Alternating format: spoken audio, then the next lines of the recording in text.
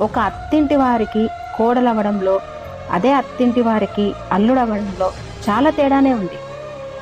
అదెలా అంటే, అల్లుడింటికి రాగానే ఇంట్లో వాళ్ళందరూ వచ్చి, "ఎప్పుడొచ్చావు? బాగున్నావా?" అని చెప్పేసి అందరూ పలకరిస్తారు. అదే కోడలు వస్తే, "ఏంటి? ఏ టైంకి బయలుదేరినావు? ఇంత లేటుగా వచ్చావా?" అని చెప్పేసి అని అంటారు. అదే అల్లుడు తప్పు చేశాడనుకో, "మన కొడుకు లాంటోడే కదా" అని చెప్పేసి కప్పిపుచ్చుకుంటారు. అదే కోడలు తప్పు చేయకపోయినా సరే, "ఆమె వల్లే ఇదంతా జరిగింది" అంటారు. అదే అల్లుడు ఏదైనా కావాలని అడిగాడనుకో, "తప్పేంటి? మనం తీసుకొచ్చి ఇవ్వాలి కదా" అంటారు.